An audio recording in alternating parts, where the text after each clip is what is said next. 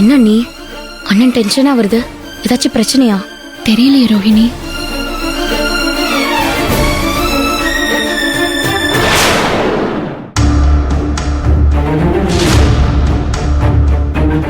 ஆதிரே, அந்த ஏற்காடு ஏசிங்க வந்தானா? உன்னை மிரட்டிட்டு போனானா? ஆமாங்க. இதை யார் உங்களுக்கு சொன்னா? நான் தான் பிரபுக்கு போன் பண்ணி சொன்னம்மா. அந்த ஆள் நம்மள நிம்மதியா இருக்க விட மாட்டான் போல இருக்கு ஆதிரே. அந்த ஆள் என்ன கடவுளாங்க? அவர் நினைச்சா நம்மள நிம்மதியா வாழ விடாம பண்ணிருவாரா? நீங்க அதெல்லாம் பெருசா எடுத்துக்காதீங்க. பையனை ஒழுங்கா வளர்க்காம பொறுக்கிய வளர்த்து விட்டுட்டு இப்ப என் பையன்தான் என் உயிர் என் உலகம்னு பெருசா சொல்லிக்கிட்டு நம்மள பழி வாங்கணும்னு நினைச்சிட்டு இருக்காரு. அவரால நம்மள ஒண்ணும் பண்ண முடியாதுங்க. நம்ம கிட்ட உண்மையும் நேர்மையும் நியாயமும் இருக்கிறப்ப நாம பாட்டுக்கு நம்ம வேலையை பார்த்துட்டு போயிட்டே இருக்க வேண்டியதான். அவரோட மிரட்டலுக்கெல்லாம் பயப்படக்கூடாது. இல்ல ஆதிரே, நீ புரியாம பேசிக்கிட்டு இருக்க.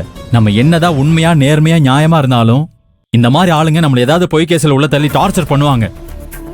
நம்ம அந்த ஆள் விஷயத்துல அலட்சியமா இருக்க கூடாது, ரொம்ப கவனமா இருக்கணும். சரிங்க, பாத்துக்கலாம், விடுங்க. அப்புறம் இன்னொரு முக்கியமான விஷயம். என்ன? ஏசி இங்க வந்து மிரட்டின மாதிரி தேவா ஆபீஸுக்கு வந்து மிரட்டிட்டு போனான். தேவா என்ன மிரட்டினா? ரோஹிணியை தேவா தான் கடத்தினான்னு நீ அவனை அடிச்சு போலீஸ் ஸ்டேஷனுக்கு எடுத்துட்டு போனேல, அந்த கோவத்துல அவன் என் ஆபீஸ்க்கு வந்து நான் பண்ணாத தப்புக்கு உன் பொண்டாட்டி நான் அடிச்சு அவமானப்படுத்தி போலீஸ் ஸ்டேஷன் வரைக்கும் போக வச்சால, அதுக்கு தண்டனையா நான் உன் தங்கச்சிய நிஜமாவே கடத்திட்டு கொண்டு போய் வைக்க போறேன்னு எல்லாரும் முன்னாடி என்ன மிரட்டினான். நான் டென்ஷன்ல அவனை அடிக்க போயிட்டேன். சாமி தான் என்ன அடிக்க விடாம தடுத்துட்டான். ஆதிர, நம்ம யார் ஒம்புக்கும் போறது இல்ல, யாருக்கிட்டையும் எந்த பிரச்சனையும் பண்றது இல்ல. ஆனா ஒவ்வொரு பிரச்சனையும் நம்மளை தேடி தேடி வருது. நாம நம்மளோட கனவு வீட்டை கட்டுறதுக்கு பணம் சேர்க்கறதை தவிர வேற எந்த சிந்தனையுமே இல்லாம வாழ்ந்துகிட்டு இருக்கோம். ஆனா நம்மளை சுத்தி இருக்கிறவங்க யாருமே நம்மளை விட மாட்டாங்க போல இருக்கு.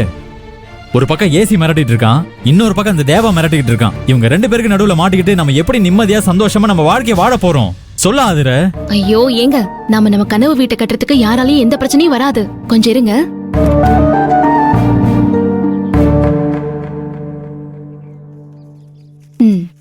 இந்தாங்க, வாட்டர் கேன் கடையில வந்த லாபம் 1000 ரூபாய்.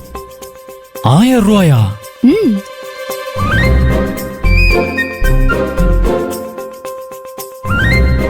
ஏன் ஆதிர, ஒரு நாளைக்கு 5-6 லோடு கேன் எடுத்துட்டு போற, 1000 ரூபா தான் லாபம் வந்துச்சா?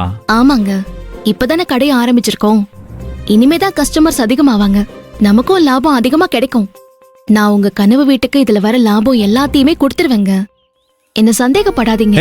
சச்சா, நான் உன்னை சந்தேகம் போடுவானா? அதெல்லாம் இல்ல, சும்மா ஒரு பேச்சுக்கு தான் சொன்னேன்.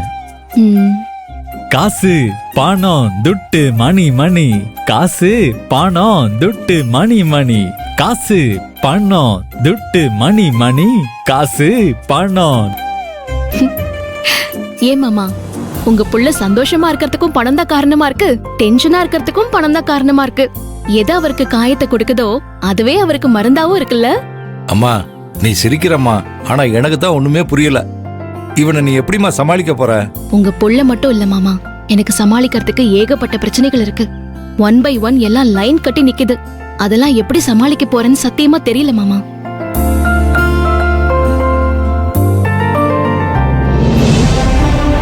நாளைக்கு நாம 2 லட்சம் ரெடி பண்ணி ஆகணும். அதுக்கு ஒரு வழி தெரிய மாட்டேங்குதே. கடவுளே, என்ன நீ காப்பாத்த மாட்டியா? என்ன நீ? இல்ல ரோஹிணி, நான் கொஞ்சம் வெளியே போயிட்டு வரேன். மாமா, உங்க புள்ள கேட்டா நான் ஒரு முக்கியமான வேலையா வெளியே போயிருக்கேன், சீக்கிரமா வந்துருவேன்னு சொல்லுங்க மாமா. சரிம்மா.